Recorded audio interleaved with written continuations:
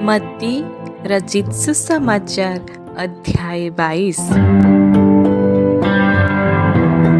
विवाह भोज का दृष्टांत। इस पर यीशु फिर उनसे दृष्टांतों में कहने लगा, स्वर्ग का राज्य उस राजा के समान है जिसने अपने पुत्र का विवाह किया, और उसने अपने दासों को भेजा कि निमंत्रित लोगों को विवाह के भोज में बुलाए, परंतु उन्होंने आना ना चाहा।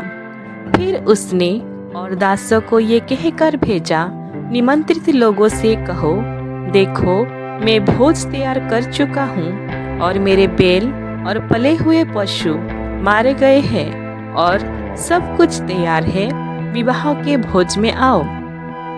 परंतु वे अपेक्षा करके चल दिए, कोई अपने खेत को, कोई अपने व्यापार को। अन्य लोगों ने जो बच रहे थे उसके दासों को पकड़कर अनादर किया और मार डाला।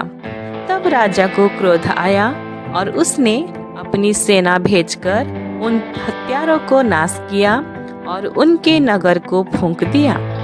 तब उसने अपने दासों से कहा, विवाह का भोज तो तैयार है, परंतु निमंत्रित लोग योग्य ना ठहरे। इसलिए चौराहों में जाओ और जितने लोग तुम्हें मिले सबको विवाह के भोज में बुला लाओ।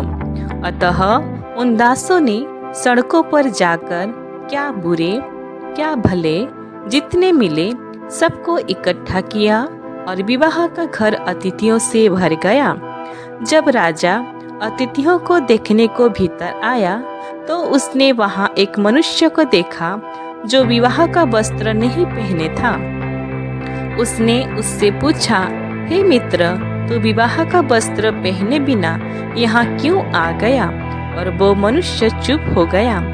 तब राजा ने सेवकों से कहा, इसके हाथ पांव बांधकर उसे बाहर अंधियारे में डाल दो, वहाँ रोना और दांत पीसना होगा, क्योंकि बुलाए हुए तो बहुत है, परंतु चुने हुए थोड़े हैं। कैसर को कर देना। तब फरीसियों ने जाकर आपस में विचार किया कि उसको किस प्रकार बातों में फंसाए। अतः उन्होंने अपने चेलों को हेरोदियों के साथ उसके पास ये कहने को भेजा, हे गुरु, हम जानते हैं कि तू सच्चा है और परमेश्वर का मार्ग सच्चाई से सिखाता है और किसी का परवाह नहीं करता, क्योंकि तू मनुष्य का मुंह देखकर बातें नहीं करता। इसीलिए हमें बता, तू क्या समझता है, कैसर को कर देना उचित है कि नहीं? यीशु ने उनकी दुष्टता जानकर कहा, हे कपटियों, मुझे क्यों परखते हो? कर का सिक्का मुझे दिखाओ। तब वे उसके पास 1 दीनार ले आए। उसने उनसे पूछा, ये आकृति और नाम किसका है? उन्होंने उससे कहा, कैसर का। तब उसने उनसे कहा, जो कैसर का है वो कैसर को, और जो परमेश्वर का है वो परमेश्वर को दो। ये सुनकर उन्होंने अचंभा किया और उसे छोड़कर चले गए। पुनरुत्थान और विवाह। उसी दिन सदुकी, जो कहते हैं कि मरे हुओं का पुनरुत्थान है ही नहीं, उसके पास आए और उससे पूछा, हे गुरु, मूसा ने कहा था कि यदि कोई बिना संतान मर जाए तो उसका भाई उसकी पत्नी को विवाह करके अपने भाई के लिए वंश उत्पन्न करे। अब हमारे यहाँ 7 भाई थे। पहला विवाह करके मर गया और संतान ना होने के कारण अपनी पत्नी को अपने भाई के लिए छोड़ गया। इसी प्रकार दूसरे और तीसरे ने भी किया और 7 तक यही हुआ। सबके बाद वो स्त्री भी मर गई। अतः जी उठने पर वो उन 7 में से किसकी पत्नी होगी, क्योंकि वो सबकी पत्नी हो चुकी थी। यीशु ने उन्हें उत्तर दिया, तुम पवित्र शास्त्र और परमेश्वर के सामर्थ्य नहीं जानते, इस कारण भूल में पड़ गए हो। क्योंकि जी उठने पर विवाह शादी ना होगी, परंतु वे स्वर्ग में दूतों के समान होंगे। परंतु मरे हुए के जी उठने के विषय में क्या तुमने ये वचन नहीं पढ़ा जो परमेश्वर ने तुमसे कहा, मैं अब्राहम का परमेश्वर और इसहाक का परमेश्वर और याकूब का परमेश्वर हूँ। वो तो मरे हुओं का नहीं परंतु जीवितों का परमेश्वर है।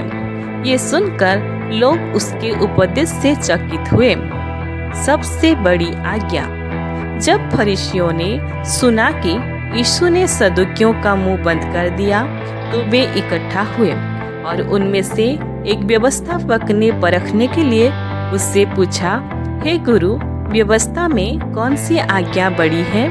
उसने उससे कहा, तू परमेश्वर अपने प्रभु से अपने सारे मन और अपने सारे प्राण और अपनी सारी बुद्धि के साथ प्रेम रख। बड़ी और मुख्य आज्ञा तो यही है और उसी के समान ये दूसरी भी है कि तू अपने पड़ोसी से अपने समान प्रेम रख। ये ही दो आज्ञाएं सारी व्यवस्था एवं भविष्यद्वक्ताओं का आधार है। मसीह दाऊद का पुत्र या दाऊद का प्रभु है। जब फरीसी इकट्ठा थे तो यीशु ने उनसे पूछा, मसीह के विषय में तुम क्या समझते हो? वो किसकी संतान है?